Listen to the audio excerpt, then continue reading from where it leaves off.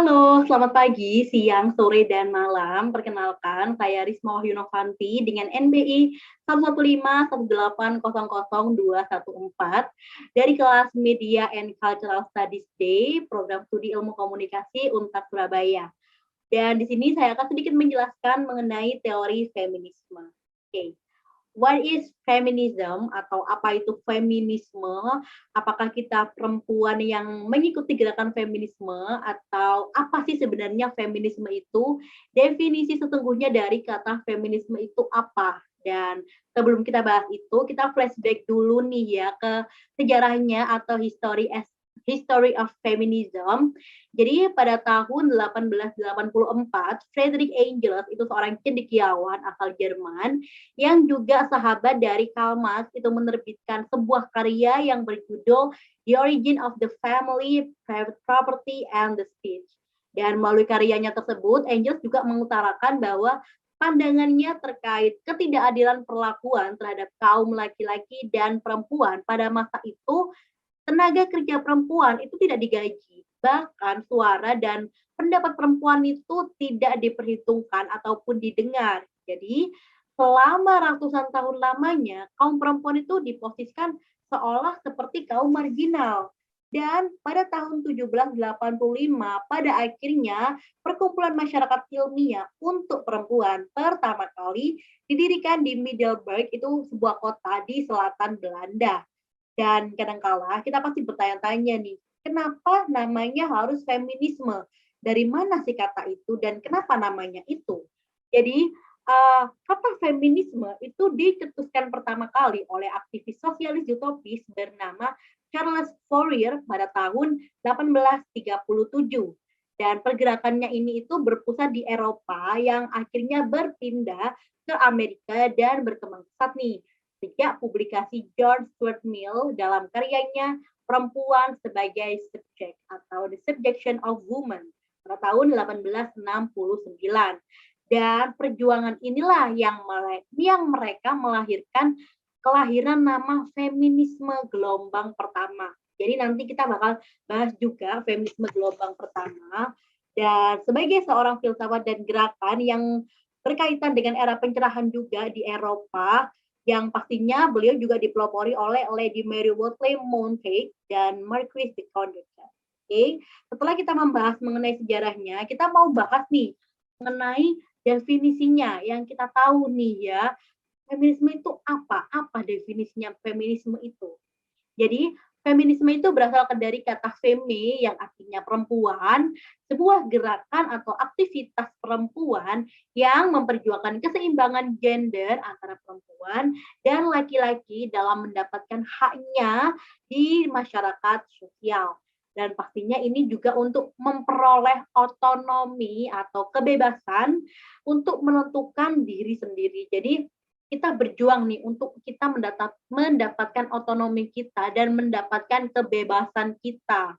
Dan gerakan ini itu juga berupaya untuk memperjuangkan dan menyelamatkan para perempuan nih dari berbagai problematika sosial seperti rasisme, pelecehan, penindasan, dan bahkan stereotip yang berkembang di masyarakat. Dan selanjutnya kita akan membahas mengenai gelombang-gelombang yang bermunculan dalam teori feminisme seiring berjalannya waktu. Nah, ada 3 macam gelombang, ada gelombang pertama, kedua, dan ketiga. Di gelombang yang pertama ini, aliran feminisme itu mencakup lebih berfokus pada kesenjangan politik, terutama dalam memperjuangkan hak pilih perempuan atau emansipasi ini di bidang politik. Dan hal ini tuh bermula dari tulisan seorang filsuf dan feminis abad ke-18 bernama Mary Wollstonecraft dalam karyanya yang berjudul A Vindication of the Right of Women. Dan inilah yang menginspirasi gerakan dan perjuangan perempuan hingga berlanjut pada abad 20, di mana kaum perempuan itu berhasil mencapai hak pilihnya atau hak politik. Dan gelombang yang pertama ini terbagi dalam 3 sub, ada feminisme liberal, ada feminisme radikal, dan feminisme marxis atau sosialis. Kemudian untuk gelombang yang kedua ini lebih ke gerakan pembebasan perempuan atau biasa dikenal dengan istilah woman liberation. Dan gerakan ini tuh gerakan kolektif yang revolusioner, sebagaimana masanya itu muncul sebagai reaksi pada kaum perempuan atas ketidakpuasan terhadap berbagai praktik diskriminasi. Ini jadi pada gerakan gelombang yang kedua ini lebih kepada banyaknya diskriminasi, akhirnya muncullah gelombang yang kedua. Dan ini juga ada dua sub, ada feminisme eksistensial dan feminisme gynocentris. Dan yang terakhir yaitu gelombang yang ketiga ini sama, ini juga disebut dengan post feminisme. Jadi gelombang yang ketiga ini itu juga sering sekali disebut feminisme atau post feminisme, feminisme gelombang ketiga. Dan ini tuh dimulai dari tahun 1980 sampai dengan 2000-an atau sampai dengan yang sekarang. Nah, feminisme gelombang ketiga ini itu mengusung keberagaman dan perubahan seperti globalisasi, postkolonialisme, postkulturalisme, dan postmodernisme yang juga dipengaruhi dari pencetus lahirnya feminisme gelombang ketiga ini. Jadi saling berkaitan. Dan gelombang ketiga ini juga ada 3 subnya, feminisme postmodern, feminisme multikultural, dan feminisme global, dan yang terakhir ekofeminisme. Jadi kita akan membahas mengenai gelombang yang pertama yang hadir di tahun 1830 sampai awal 1900-an. Yang pertama ada feminisme liberal. Jadi gerakan ini tuh membebaskan perempuan dari peran gender yang opresif atau peran yang digunakan sebagai alasan untuk memberikan tempat yang lebih rendah. Jadi feminisme ini tuh meyakini bahwa masyarakat itu telah melanggar nilai tentang hak-hak kesetaraan terhadap wanita, terutama dengan cara mendefinisikan wanita sebagai sebuah kelompok daripada sebagai individu. Dan teori ini juga mengusulkan agar perempuan itu memiliki hak yang sama dengan laki-laki.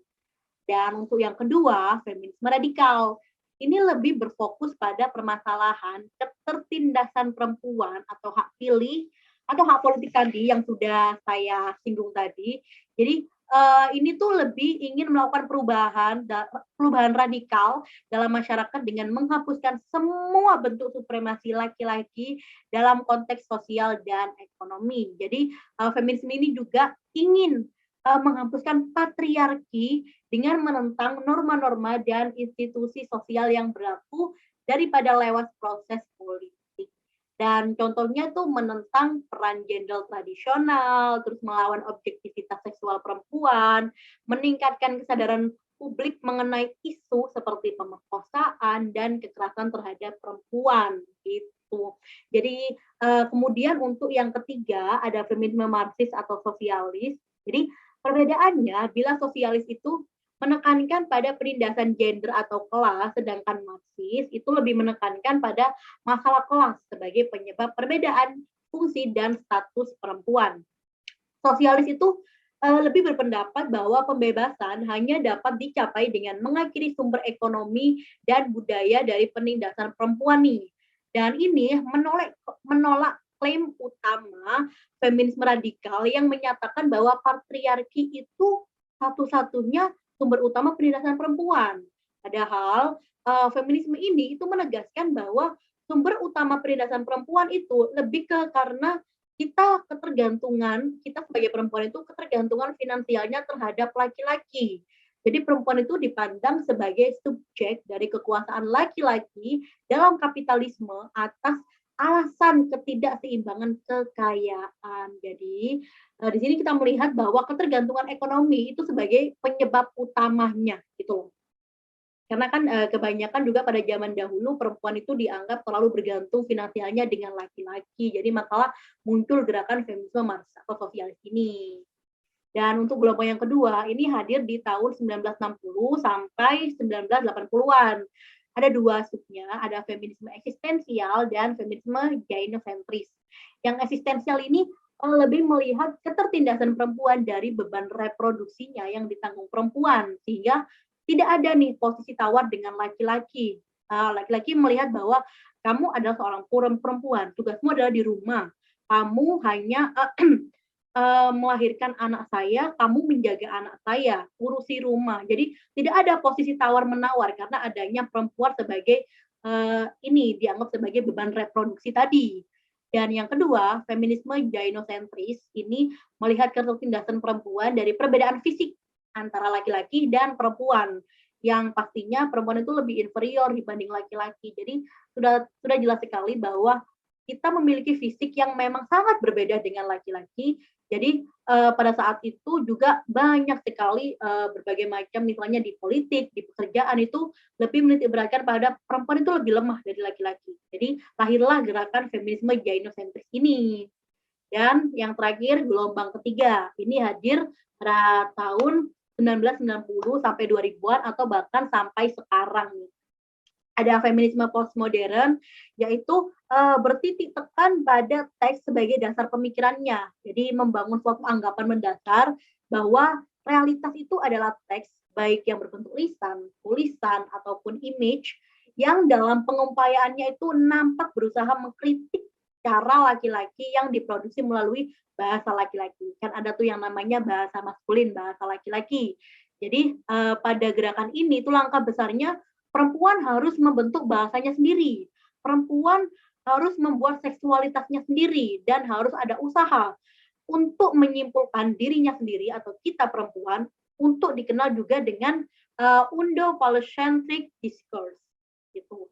Dan yang kedua, feminisme multicultural. Nah, ini tuh lebih ke ketertindasan perempuan itu bersumber dari satu definisi, bahkan dari kelas dan ras, referensi seksual, umur, agama, pendidikan, pekerjaan, kesehatan, dan lain-lain.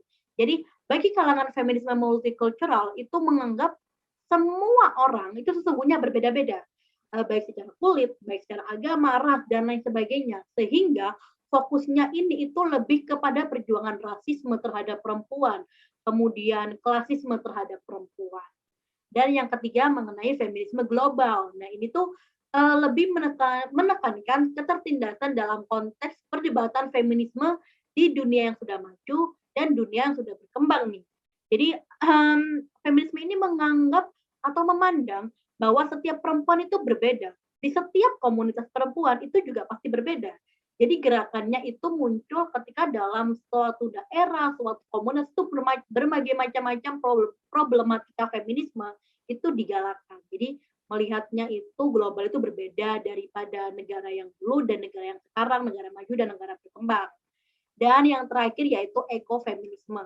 Nah ini berbicara mengenai ketidakadilan perempuan dalam lingkungan. Jadi ini masih ada hubungannya dengan alam dan gerakan ini tuh berusaha menciptakan dan menjaga kelestarian alam yang atau lingkungan itu supaya aman dan asri karena menganggap perempuan itu memainkan peran yang strategis. Dan ekofeminisme ini juga memberi pemahaman bahwa adanya keterhubungan atau saling sinambungan antara segala bentuk penindasan manusia dengan 4 hal yang berkaitan dengan alam, yakni ekologi, produksi, reproduksi, dan kesadaran. Jadi lebih ke kita berkesinambungan dengan alam. Seperti itu. Dan sekian penjelasan sedikit mengenai teori feminisme. Jika ada salah kata ataupun salah ucap, saya mohon maaf.